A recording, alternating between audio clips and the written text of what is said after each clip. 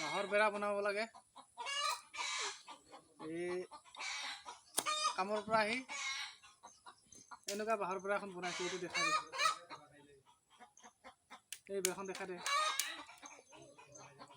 বাঁহৰ বেৰা বনাই আছোঁ, ট্ৰাই কৰিছোঁ বনাবলৈ, কেনেকুৱা হয়। ফ্ৰেণ্ডছ, পূজা পূৰা বৰবাদ। এই বৰষুণ চব পথাৰত পানী হৈ গৈছে। কি পূজা চাবা আৰু। পূজা বুলি আহিছিলোঁ, ঘৰত ছুটি লৈ পূজা চাম।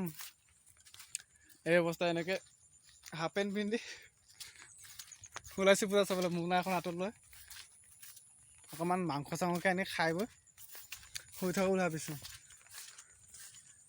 কি কৰিব আৰু। আপোনালোকৰ কেনেকুৱা হৈছে পূজা জনাবচোন। আমাৰ কিন্তু একদম বেয়া এইবাৰ। প্ৰগ্ৰাম চলি আছিলে, আজি বেয়া হৈ যাব আৰু উপায় নাই।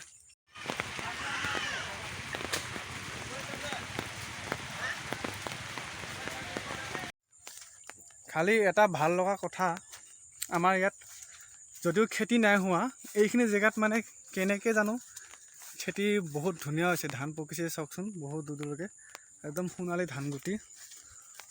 আপোনালোকক মই দেখুৱাম ধান পকিলে কিমান ধুনীয়া দেখি। একদম সোণালী ধান ধুনীয়া হৈছে চাওকচোন, বঢ়িয়া হৈছে ন। এইটো মই বনাই থকা পিঞ্জৰাটো, এইটো আমাৰ বীৰ মাত দে, বীৰ হাই কৈ দে, হাই। এইটো ইমলি। তাৰপিছত আমাৰ নতুন আলহী এটা আহিছে দেই, দাদা আনিছে, নামটো চিন্তু। বীৰ আৰু ইমলি।